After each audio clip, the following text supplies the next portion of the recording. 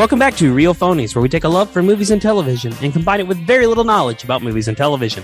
I'm your host, Christian. Join with me are my co-host, Joseph. Yellow. Ian. What up? And Jehu. Cacao! Here to talk about Marvel Studios' latest release, The Eternals. It's like the third one in like 3 months. Yeah. And there's still one more. Is it possible that there's too much Marvel this year? Oversaturation. Yeah, they combined 2 years of Marvel into one, and I feel like, this is the point where I'm starting to get a little burnout. Yeah. This film is the history of the MCU and follows a new team of heroes called the Eternals as they fight the reemergence of the Deviants. Huge freaking cast in this movie. It's got Gemma Chan, Richard Madden, Angelina Jolie, Kit Harington. Yeah. Who else is in that movie? Selma Hayek. Kumail Nanjiani. Brian Tyree Henry. That creepy guy that looks just like Ezra Miller, which I'm going to circle back to. Barry Kogan? We will circle back to that. Barry Kogan. Bill Skarsgård. For reasons I can't explain, but we'll get to that also. And I mean, no offense to the guy who plays Gilgamesh, but that guy too. Yeah, I mean, that's most of the established people. There are some up-and-comers in this cast as well, but plenty of stars also. So what do we think of this movie, y'all? I could go first. I don't know where everyone's going to land. I think this is an interesting one because I can't really predict it, but I fucking hated this movie. I think it's the first. I know Hurt said, I think Shang-Chi he thought was his first worse than Transformers. And we all use the Transformers scale differently. Mine is Transformers is 50%. This movie is the first Marvel movie that I think really, truly, unabashedly is worse than 50%. Like this movie, worse than Transformers. You know, I think the biggest for personal takeaway that I always watch the Marvel movies twice when they come out. I'll go once, take it in, and then I'll go back a second time knowing the story for details. No interest to watch this one again. I think the acting's bad. I think, the big thing I talk about a lot here is the action scenes. There is not a single action scene that sticks out in this movie. It's just bad CGI. It's uninterestingly shot.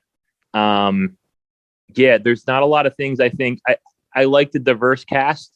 I like that there's more representation, but just taking that aside, a movie itself, I just don't think it's any good. Too many characters. They don't develop a third of them. Like I said, they're covering way too much time. And for a movie that's supposed to be cosmic, it takes place like it doesn't feel cosmic. Guardians of the Galaxy feels cosmic. This movie feels small. It all takes place on Earth. None of the, there's a lot of sunsets and, Chloe Zhao, you can tell she shot this movie, but like, it just feels very small scale to me when Eternal should be like across the galaxy. And it doesn't, I don't think they came across that. Like, it's a lot of glowy highlighted gold lines being shot around and people shooting lasers out of their hands. But like, it just didn't feel, I didn't think it felt cosmic to me. So I have some specific things I'll go about, when we're talking more, but that was kind of my takeaway.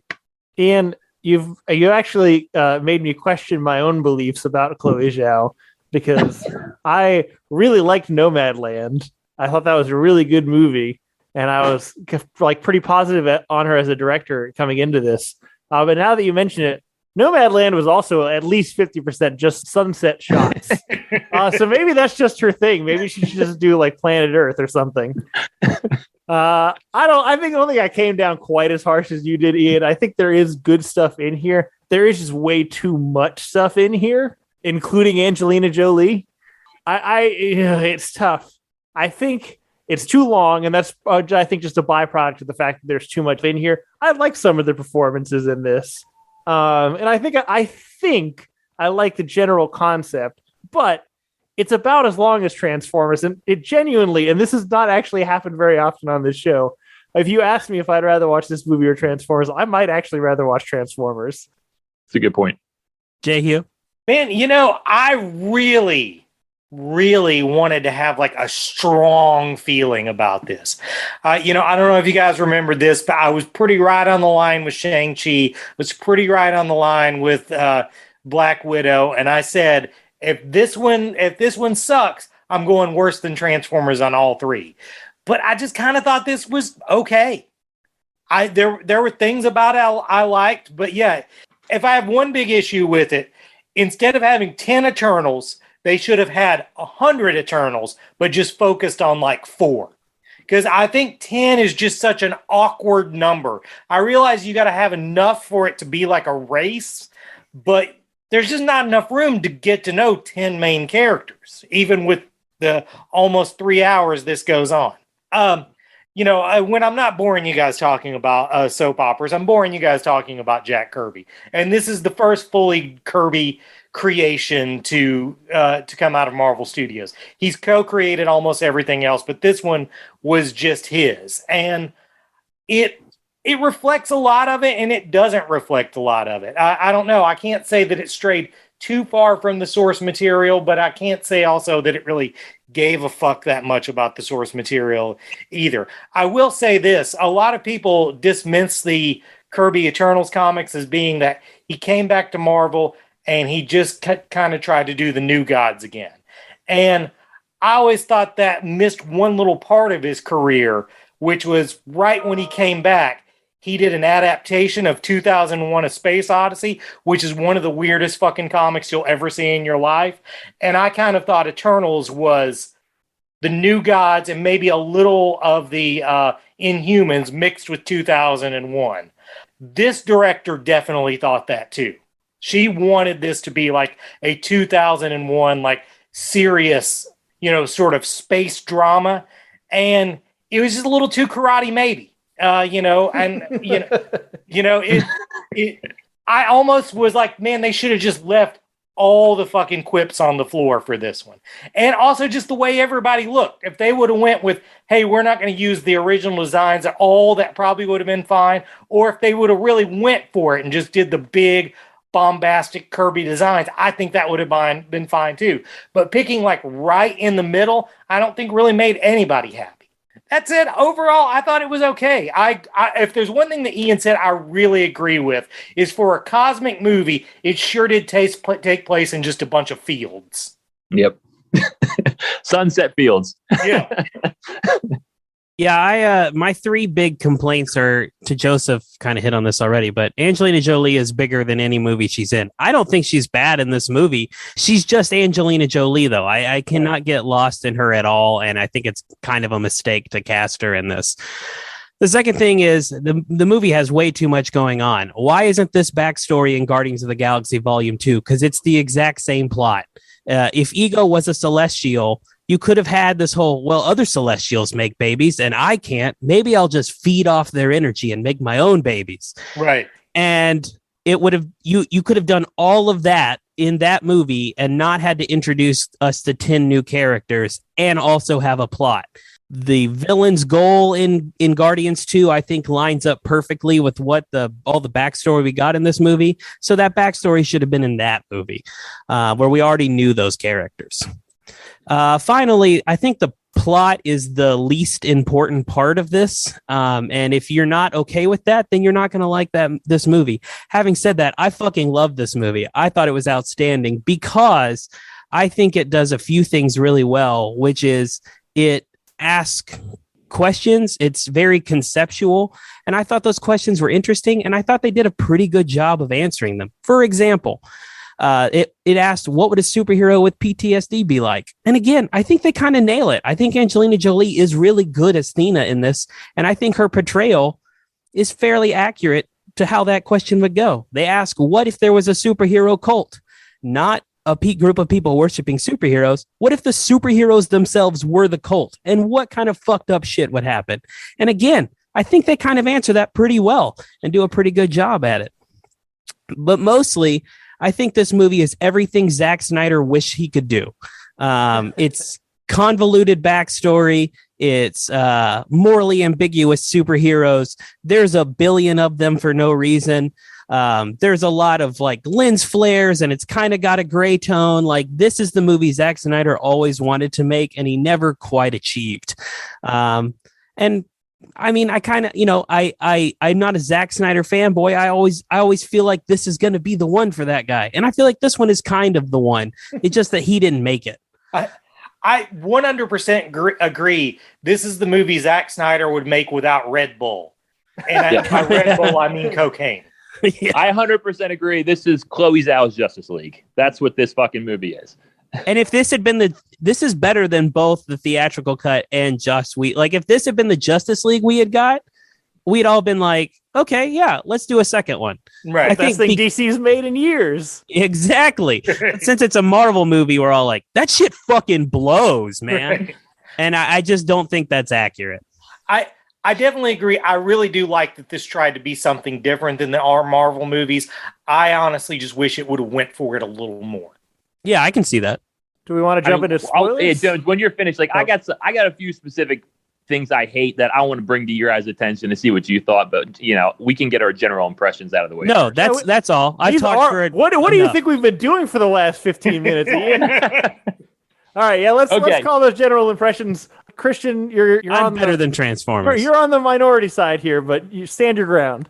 Yeah, I don't give a shit what you guys think.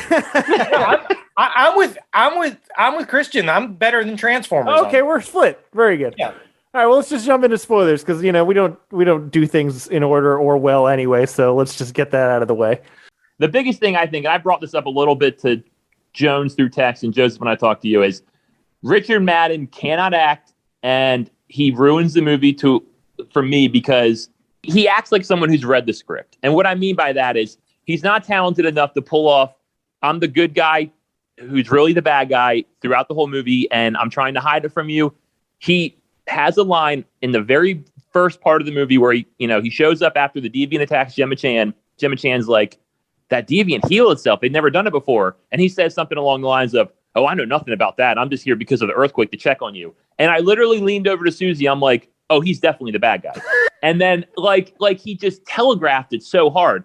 They should have given him one page of the script at a time, shot it in order, and he should have believed he was the good guy. I think it would have worked a lot better because that dude could not carry it. It's funny. The three most, modern Eternals comics are all based around one of the Eternals betraying the other Eternals. So I was looking for that. So I thought that telegraph was just something that I'd caught because I was looking for that. But I'm glad it was just telegraphed. Telegraphed hard. Yeah, I think Game of Thrones actors, don't bring any more to the Marvel Universe. I'm now nervous about Danny Targaryen being in the Secret Invasion show because Kit Harington cannot dance. There's a dance scene with him that's awful. But he's not really in the movie. But like I said, my biggest problem is Richard Madden is stiff. That guy cannot act. I think the rest of it's fine. I agree with what Jones said. I think Angelina Jolie does a good performance, but also she's such a movie star that she's just Angelina Jolie, and it's hard to look past that. But I do agree with what he said as a character with post-traumatic stress. It is a good portrayal. And then the Ezra Miller doppelganger guy, that guy's just creepy. I don't like anything he did. I think he was bad. And then the beach sex scene, guys. Yeah. First of all, do we need a sex scene in a Marvel movie? No. Well, second of all, it was so sandy. Me and Susie just looked at each other like, that would be so sandy. It looked uncomfortable. Like there was no moving. It looked like they were just laying flat on the beach. I don't know. It was just awkward. It didn't look like they had chemistry in that moment to me. Those are three of the things. Also, why is the first sex scene we get in Marvel between space robots? Yep. That was the line I said to Joseph. I was like, if you like space robot sex on a beach, this is for you. I've watched enough anime to say definitively I do like sex robots on the beach. No, I would say about the Richard Madden thing real fast before we move on past it is I called it very, very early too. Joseph can confirm. I can't confirm. I feel like the dumbest person on this podcast now because I'm the only person that didn't get it immediately. I will say I think Richard Madden I don't think he's the best in this movie. I do think other people outshine him for sure. I think he's fine in this movie. I do think to that point specifically, I don't even know if it's his fault. I feel like it's direction. I feel like he's supposed to telegraph it because, and again, I've come back to this 100 times. Hurt has totally flipped me on the twist thing. You should know a twist is coming. You should be able to see, you should have all the clues. And the only clue we get in this movie is that guy's performance. Like there's nothing else of like, oh yeah, I was at Ajax's house. Like there was no other details given that this is the dude that betrays her and this is what happens, other than that like exchange in the beginning of the movie. And so I'm like, well, if the only thing I'm supposed to go off is this guy's performance, I did get it from that guy's performance. Whether that is a smart decision or not, I'm not going to argue with you, but I do wonder if it's intentional that way, I guess is the point I'm trying to make. Yeah. I do feel like between this show and The Boys, we're really trying to sell that using your heat vision too much or your laser vision makes you evil. Which is kind of a bummer because I always feel like one of my gripes with Superman is he doesn't use his heat vision enough, and now he can't because it's bad. I did want to, while we're on this subject, bring this up. What do you guys think he's coming back? And if you do, my theory is that he's like Hyperion. That would be cool. Oh man, I think he's coming back, and I want your theory to be correct. So, yeah, I think he's coming back too. I'd be game to have him back. I disagree with Ian. I actually liked him in this performance, and I guess you're right. He's like he reads pretty easy from most of the movie, but when he actually like does like the real heel turn towards the end, when he's like lays bare his plans and whatever, I don't know. I bought it. I liked. He's not really evil. Like you can tell, like he really believes in the cause that he's in, and I don't know. I thought it was pretty good. Yeah, I can't defend Richard Madden in this movie.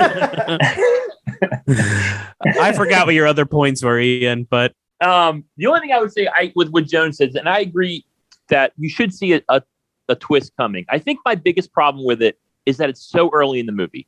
I think if that scene where he does that telegraphs it more in the middle and he plays the beginning more straight, I think I would accept it more. But I think it just took me out of it because it's literally like I feel like it's in the first 15 minutes. Oh yeah, for it's sure. In his introduction, yeah. So like I think if it could fall on direction. I agree with maybe Jones's point there. And maybe if they telegraph it more in the middle of the movie, I accept it more. But it just pissed me off. I'm like, I kind of know the whole thing about this movie that's fucking for like 3 hours long, 15 minutes in. So I think that was my big problem with it too. I will say from the very first scene of this movie, when she's like, "Where are we?" and he's like, "My name is Icarus." I was like, that guy's a fucking creep. There's something. He did not even answer the question she asked. So right off the bat, I was like, I'm not trusting this guy. Yeah. I mean, what do you guys? Does anyone else have opinions on the sex scene? Are we all in agreement that it was? Oh no, it's no good. It's unnecessary for sure. Yeah. It pretty pointless. I mean, the next thing I have is, like I said, the deviants. Like, they don't develop the deviants at all. They're not really the bad guys. They do no character development with them, and then the one they do, fucking Angelina legit just fucking offs for no reason. I'm not entirely sure he's dead. I do want to throw that out there.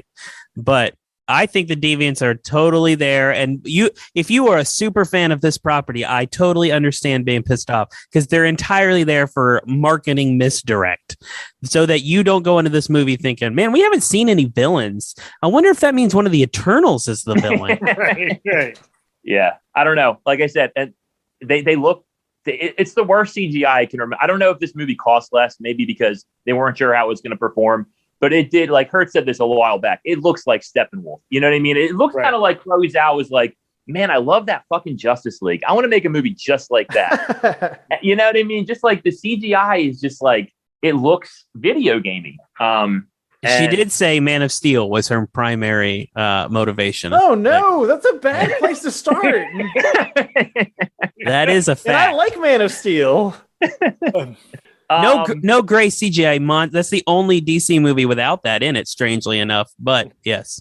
Okay, and then the last point I have for bad, and then I do have one or two good points, is like I said, the action scenes. Like, can any of us, like Shang-Chi, that fucking bus action scene is so fucking cool. I could just watch that YouTube clip from time to time. There isn't a scene, even though they have all these cool powers and all this like things they could do, I don't think they do interesting things with it. Like, I just, like there's a fight where Icarus is flying around shooting laser beams at this like video game looking dinosaur. But like, I don't know. I just think there wasn't a standout action scene where I could hold my hat on it. And that is always going to be a worse than Transformers for me because, like, I go to the movies for the action scenes. I do think was it Kilgo or Brian Tyree Henry's? I can't remember his. There's so many fucking people. Fastest. His fight scene with Icarus, I really enjoy just because I like that. Like, it's the nerdy dude versus the jock, and the nerdy dude wins. And I thought that was a cool use of his powers of like making things while he fights. A dude who should be infinitely stronger than he is. But yeah, I mean, for the most part, the action is not really important to this film. It is rare that the smart guy wins fights. Yeah, especially the gay smart guy, which wins in this one. I will say I liked Brian Tyree Henry as a whole, but I thought he was the worst actor in this whole thing. Ooh, I'm trying to think who I think is the worst. I completely disagree. I think he was one of the better parts. Like, I liked his scene with his husband and the kid. Like, I think I thought that was good. I liked his character. You know, I actually got a little bit of development, I think. I think he oversells all of his emotional scenes too hard. Unsurprising to no one, I agree with Joseph on this. Oversold is the exact word I was going to use. I did really like the guy who played Gilgamesh, though. He was very funny. Fun. Yeah, he's fun. He was good. Yeah, that whole dynamic with the pie and Angelina Jolie, like, that was funny. Like, you know, I like that. One of the things that threw me off, I'm just thinking of the scenes of the movie, for a movie that follows a lot of conventional filmmaking tropes, even if it's not like superhero tropes that we've done so far, like everything's set up and knocked down the way that it's expected to. There's a bit towards the end where they're all, Richard Madden's evil, fucking Sprite goes with him, and then the rest of them are like, well, what do we do? And they're like, well, we're going to fight him. And then Kumail Nanjiani's like, nah, fuck it, I'm out. And I was like, oh, okay, he's going to show up when they really need him right at the final fight. And no, that motherfucker just pieces out. Yep. Yeah. I thought Kumail Nanjiani was really strong in this movie, like better than I anticipated. Agreed, yeah. His was the only humor that landed. Yeah, him and his assistant are the standouts. They're my favorite. Those two of the whole movie. I loved all the scenes they were in. I thought his assistant was probably my favorite character in the movie. As when it comes to best, like, and Ian, I know you're going to disagree with me on this one, but I really enjoyed Lauren Ridloff, who played Makari, and I enjoyed Barry Keoghan, who played Druig. I thought they had fun chemistry together. And I thought both of them held like the emotional moments really, really well. When Druig like turns on everyone and turns the whole city, controls the whole city, I was like, maybe I'm wrong. Maybe this guy's the bad guy. Like, I really bought it from him. And I mean, I think Makari, she's probably my standout of this movie. I really enjoyed her. Yeah, she was good too. Like I said, they should have done a Quicksilver. Like, they've done Quicksilver X-Men scenes. That they could have done something with her that would have been super cool. I think it was missed opportunity, but she was good. I will actually disagree with you on that because I think that that one great scene from X-Men really ruined super speed for everybody else, and I'm glad that they didn't do that in this one.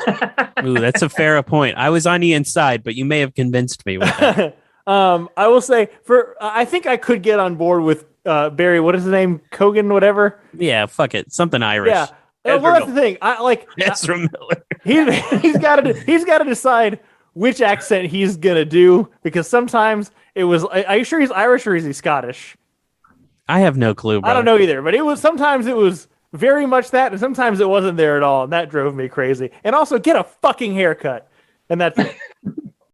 Jay, you've been awfully quiet, though. Yeah, go ahead. I mean, basically, you guys have been covering most of it. One thing I will say, this may be a pattern I'm just noticing, or imagining, but it worries me for something in the future. So I felt like Shang-Chi didn't do the espionage from the Shang-Chi character because they had just done it in the Black Widow. And I think in this one, we didn't do the, sort of magical city of Olympia because we had just done a magical city in Shang-Chi. The worry I come with is this is a movie about a group of people who were destroying planets for a cosmic entity. And when they realize what they did, rebel. When we get to the Silver Surfer, are we going to change the story because we already did the story of the Silver Surfer? Yeah. Are we doing a Silver Surfer? Well, I think Richard Madden could easily be the Silver Surfer to Galactus. I think that's an interesting I think opinion. He could come back as like the herald for Galactus. That would be my guess as to where they could go. That's such a turn, though, because he literally threw himself into the sun because he realized he was wrong. Yeah. I did. Well, I mean, the thing is, with And be Silver like, I'll Surfer, take backs. He's like, ugh, I don't know what I was thinking. the thing is with the Surfer, he gets his mind wiped constantly by Galactus when he's serving him. Yeah. You know, I'm starting to realize part of the problem with making too many comic book movies is a lot of comic books just reuse the same tropes because we Right. just did mind wipey kind of stuff. I feel like with, like Black Widow and other sort of things. Like I just feel like we're treading a lot of the same ground over and over again. I just kind of feel like with these last three movies, Marvel does not have full confidence about where they're going next. I feel like they're more waiting for us to decide where they're going next. I would agree with that. I think they're throwing stuff against the wall to see which idea people get excited about the most to kind of where they're going to point the rest of the phase towards. I don't think they have a clear direction as to what the big bad or what the tie-in is completely going to be after the multiverse stuff. Yeah, I kind of wish, like I had said this in my beginning spiel. I kind of feel like that already. Like I said, if the backstory and all that shit we got in this movie is so similar to all the backstory shit we got in Guardians of the Galaxy. I wish they had lined up more. Yeah. And I think that the problem with that is they didn't have this mapped out when they did Guardians 2. That would be the only reason that it wasn't that. You know what I mean? Like they didn't have this probably script written and they didn't know they were going to do this at the time. Because, it would line up perfectly. And that was the only reason why it wouldn't done that way. Yeah. Well, and you would have thought, I mean, I always assume these people are smarter than me. They certainly work harder than I do at anything. That because that already exists, you could figure out a way to not retcon it, but at least address it without having to show it to me. Like there are definitely 30 minutes of history and exposition that you could have given me in something else before this that probably would make this movie better. I feel like Marvel's done a good job of adding little Easter eggs everywhere in all their movies that reference other properties. And I mean, I think the beauty of doing that technique is that you can do it and not develop it in any way and just be like, oh, this is just a fun little nod to the fans who are paying attention, or you can build on it later. So, I mean, yeah, definitely we could have, I don't even know if we needed a full exposition, but we could have just had little hints that would have made this pay off a little bit better. I mean, imagine if Ego had told us all of this, right? That planets with life are just eggs for Celestials. And we just knew that for the last 5 films and no one addressed it. And you're just watching all of this unfold and you're like, well, shit, guys, there's a Celestial growing in that planet. I think that builds a lot of tension. I also feel like maybe, and maybe this is too in the weeds, but you could have made that also part of Thanos's motivation. I think Hurt posited the theory a long time ago, and we now have a little more credence to believe it, that maybe they make Thanos an Eternal. And what if this was Thanos's motivation, was I'm going to wipe out half the life in the universe, so there are no more Celestials. They stop growing. There's not enough life force. And then it becomes kind of a moral dilemma because you're like, well, he's got a point. Right. Everyone would die. But 2, he also just decided that half the universe died. So which is it? Do we just take, to me, it's an interesting concept that you could have spread out over a couple of films instead of cramming it in one. And it actually maybe would have made those other films more interesting. Not that they weren't interesting already, but it would have just added an extra layer. Jones, the thing you just said about Thanos, I'm going to go ahead and call it now that when we introduce Galactus, that'll be his motivation. He doesn't eat planets to eat planets. He eats planets to eat Celestials. 100%. I've already had that thought. I thought this whole movie was set up for Galactus. Well, do we want to talk about the end credits scene? I was about to say, do we want to hit the end credits scene before we put this one to bed? Sure. Yeah. So the first one is we are introduced to Pip the Troll and Star Fox. The only thing, I mean, I thought Harry Styles was fun. The CGI in Pip was awful. God awful. Patton Oswalt voicing Pip the Troll. There's a part of me that doesn't actually want Patton Oswalt to get involved in these things. But that's just because you don't like for people to be happy. Well, yeah, I guess so. My thing was Harry Styles needs to work out. That fucking costume looked ridiculous on him. He needs to hit the Marvel gym. That was my only thought on it. I don't disagree with that, but goddamn, is that just at this moment in time, is he not the perfect casting for Star Fox? The perfect casting for everybody kind of wants to fuck him. Yeah, I mean he looks the part. Like I agree, he's a bit scrawny, but he definitely has the look and the charisma to play that part. Oh yeah. Yeah, I think if he gets a gym, he'll be perfect for it. You couldn't have picked a better one because I mean, Hurt's exactly right. I mean, he's the pretty boy right now that everyone wants to have sex with. I just really wonder if they're going to try to make his power less creepy, or they're just going to lean into it. Yeah, that's a good point. It's kind of rapey. Yeah. The second one being Dane decides he's going to do whatever it takes. And so he opens up the ebony blade, or the case holding it. And then all of a sudden, a mysterious voice from the side talks to him. And if you're Joseph, you're racist and think it's the only black guy we've gotten in the MCU so far. That's accurate. I thought it was Samuel L. Jackson. Nick Fury. I was like, I don't think so. He's like, no, 100%. I'm like, okay. Well, I mean, all the guesses I've heard have been black guys. Well, it's confirmed. It's confirmed. Yeah. It is Blade. All right, on, cool. Yeah. Mahershala Ali actually voiced it. I read an interview today with him. He did. So, yeah, I don't know. Is there any comic book Hurt that has the Black Knight and Blade teaming up? Because it seems like it should. I can't really think of one off the top of my head. I'm sure there's a really obvious one I'm missing, but I can't think of one. I did have this thought. I mean, I'm assuming we're going to get a true Blade movie before this, but it does seem like they're setting up for maybe like Midnight Suns type of thing. Right. Definitely, there's like a creepiness to the Black Knight's power, so they could very well include that in something like that. Yeah, that sword was a little venomy to me, like black ooze, kind of like being drawn to him. But no, I mean, I think both of these are pretty cool. Yeah, I agree. I'm pretty excited to see the Black Knight. I'm a big fan of that character in comics. Kit Harington is almost too on the nose to play him, but I'm on board. I'm pretty excited about both of these scenes. I don't know. They didn't really give me the feeling that they were going anywhere except for, hey, here's these new guys.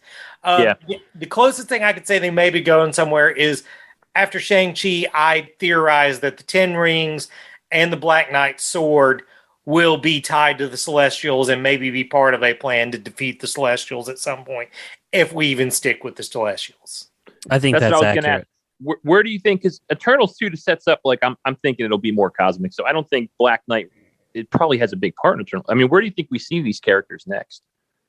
I don't think Black Knight's in Eternals 2.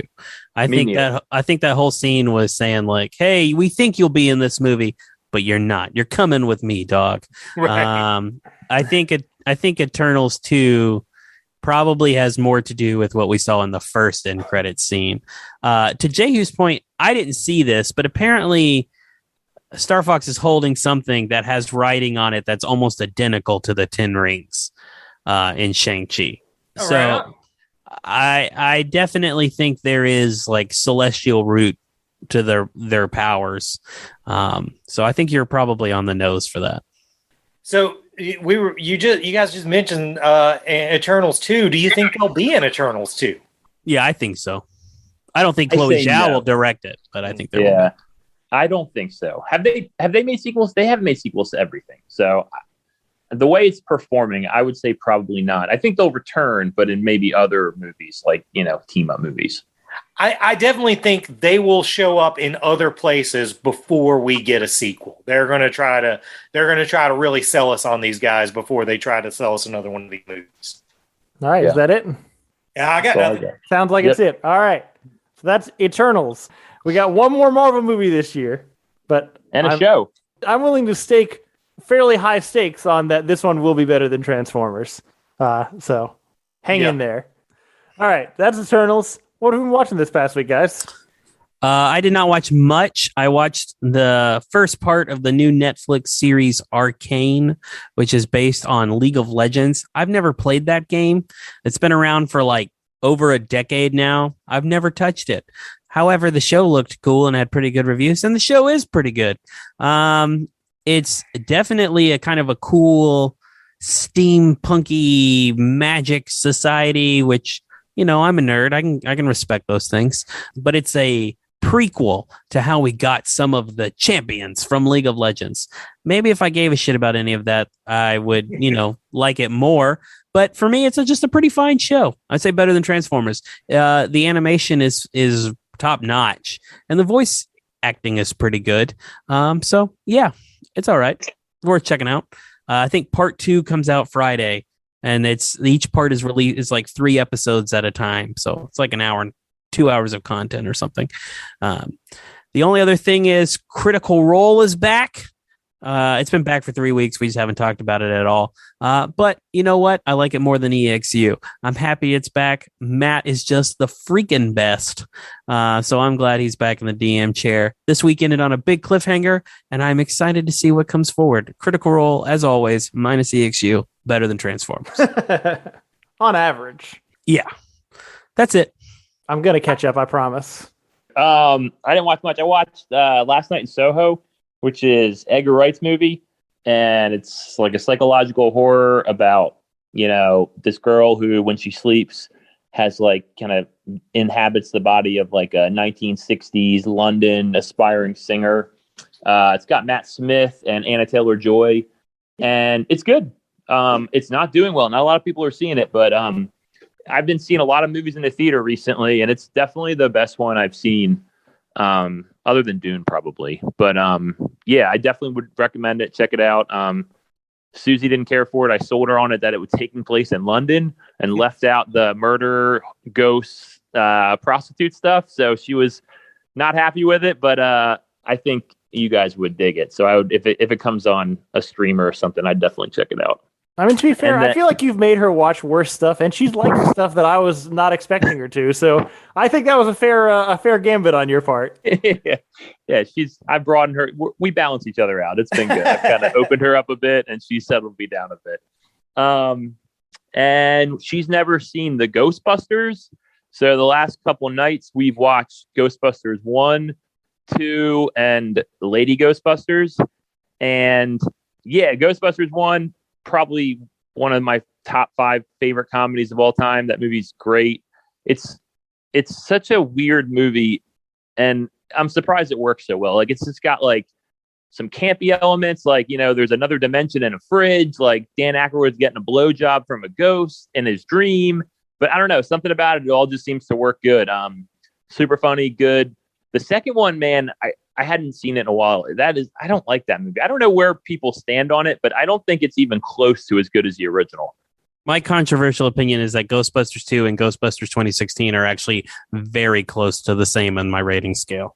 I would agree with that, because I watched Lady Ghostbusters, and I have my theory on Last Jedi. If you change, the girl, I feel like if you would have titled the movie Lady Ghostbusters from the start, it would have done so much better. It would have taken the wind out of the trolls who just like, it's not Ghostbusters. You know what I mean? If you would have just played into the joke, titled it Lady Ghostbusters, I think it would have done a lot better. Melissa McCarthy is better than I remember as the Dan Aykroyd role. Kristen Wiig is okay. It's kind of the Bill Murray. We watched it because, we were catching up, and Susie loves Supermarket Sweep, which Leslie Jones hosts. So I think Leslie Jones is just super funny. I really like her. It's not a great movie, but I think it is probably a little better than Ghostbusters 2. Ghostbusters 2 is just, it doesn't work. They do the comedy thing where they try and recreate the movie, instead of the Marshmallow Man, it's Statue of Liberty, and it just feels kind of copycatted, but in a worse way. So I came out of that Ghostbusters 1, Lady Ghostbusters, Ghostbusters 2 as my rankings. But probably only Ghostbusters is better than Transformers.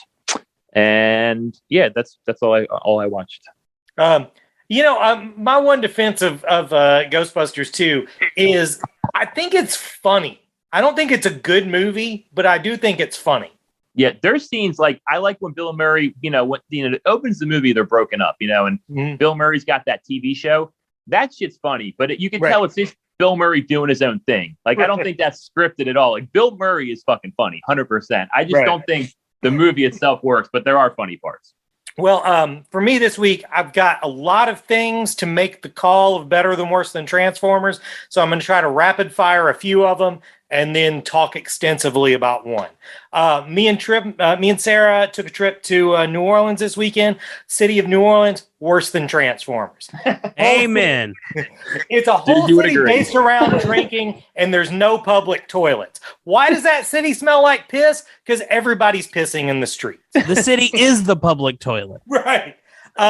However, we stayed off Magazine Street. I'm going with Magazine Street, better than Transformers. I think we're conditioned to say that the part of the town that the hipsters run, wherever it is in whatever town you're in, sucks. But I fucking love that part of town. I love a part of town where you're in walking distance from any kind of cuisine you want, and people and like fucking cobblers. I'm on board with the hipster part of town. While we were over there, we watched the new Wes Anderson movie, the French Dispatch, better than Transformers. These movies, I was coming out of it and I was going to say, well, I'll refer to this as being the most Wes Anderson movie, but really they're all the most Wes Anderson. Timothy? Timothy. Man, the main thought of melancholy I had during this movie was I bet somewhere Michael Cera was watching this movie going, 10 years ago, that would have been my part. and somewhere on the set of this movie, Jason Schwartzman was watching him going, 20 years ago, this would have been my part. But what can you say? This shit was twee as fuck. I feel like I need to say something specific about it. So Jeffrey Wright is the best thing in anything he's ever in. And that is true of this. He's fucking great. But I enjoyed this movie a lot. Really good. Better than Transformers. Finally, the reason me and Sarah went to New Orleans is we went to see the stand-up comic John Mulaney. Are any of you guys fans of his? I've seen his stuff. I'm both a fan of his stuff and his tabloid trail. I was about to say, I was going to ask next, if anybody knows what's going on with him. But basically, he went into rehab for cocaine after being, basically up to this point, he had talked about having some alcohol problems before, but basically he was just sort of this non-objectionable sort of Jerry Seinfeld-esque observational comic, which, by the way, I love. But I mean, like, two of his most famous bits were about Law and Order. My favorite bit of his was just about playing the same Tom Jones song over and over in a diner. Like, it wasn't very challenging stuff. So then this year, he goes into rehab for cocaine use, comes out of it, immediately divorces his wife, immediately gets Olivia Munn pregnant. Could be the other order. Leaves her. And so I was wondering, how will he deal with this in this show? My guess was he was probably just going to address it a little in the beginning and go about his usual observation stuff. He did not. It was dark and it was fucking hilarious. One of the best examples I've ever seen of someone just killing. He just slayed that fucking place. Like, there was no one left standing when it was over. When this shit hits Netflix, when he turns this into a Netflix special, which I can't think would be long because he is fucking ready, definitely watch this shit because it is fucking awesome. Better than Transformers. And that's all I got. Cool. I'm jealous. I want to go see John Mulaney live. That sounds like fun. Yeah, dude, if it comes anywhere around here again, really get you a ticket because I swear it fucking destroys. And also, I should say, me and Sarah were set to fucking hate it because getting in the place was such a fucking ordeal. You have to put your fucking phone in a little cloth bag that they magnetically lock for you. You got to show your vaccination cards, which is all shit I agree with, except when I'm tired and cranky. So I was set to hate this fucking shit, but it was awesome. Very cool. Look, I could talk about a bazillion animes that I'm watching, but they're not all worth mentioning. I will re-mention Succession just specifically for Hurt because the premise itself is soapy and it gets more soapy the more you watch it. Right. So I think it's everyone's shit, but I think it's specifically Jehu shit. No, what was it called again? Succession on HBO. Oh, Succession, right? Man, I need something to do with my life now that Santa Barbara's gone, so maybe I'll start that. I'm almost finished with season 1, but so far, I mean, they're all great, but Cousin Greg might be one of the greatest characters ever put to television. So anyway, I recommend it. Well, it seems like that show is like having a moment. Didn't Kieran Culkin just host Saturday Night Live or something? He did. Well, season 3 just came out, and it's a big deal, I guess. Let's see. Other things. I'm watching an anime from the same people that made Death Note, which some people might know is their least favorite person's favorite anime. And look, I think that show gets a little overrated, but I do think it's like it really is an excellent show, even if it is the Fight Club of anime. But this show is essentially the same premise mixed with like Highlander, except they change the rules every episode, and it's fucking trash. But it thinks it's doing something really cool, and so I love it. It's just it's shit that doesn't know it's shit. And it's a great time. I can't stop watching it. It's called Platinum End. I recommend it if you don't really want it to be a good show. If you want it to be a good show, you're not going to have a good time. That's it for me. All right. What are we doing next week? The only thing I know that's coming out, and we don't have to do it, of course, is that shitty Netflix movie Red Notice with The Rock, Gal Gadot, and Ryan Reynolds. Ooh, I'd rather not. Ghostbusters is 2 weeks out. I think we should do Ghostbusters. Yeah, we'll definitely do Ghostbusters. All right. Well, next week, wild card. We'll probably text about it on Tuesday and figure out what we're gonna do. Isn't mystery fun? All right. So thanks everybody for listening. Please rate, subscribe, tell your friends about the podcast. If you like this, or actually, if you have any other thoughts on Eternals, maybe you felt more positive. Maybe you were in Christian's camp. Send us an email. Let us know what you thought about it. You can reach us at realphonies@gmail.com. You can also follow us on Facebook and Twitter at RealPhonies, and on Instagram at Real_Phonies. Thanks to Zach Evans for art and Brian Velasquez for everything. We'll see you guys later. Peace.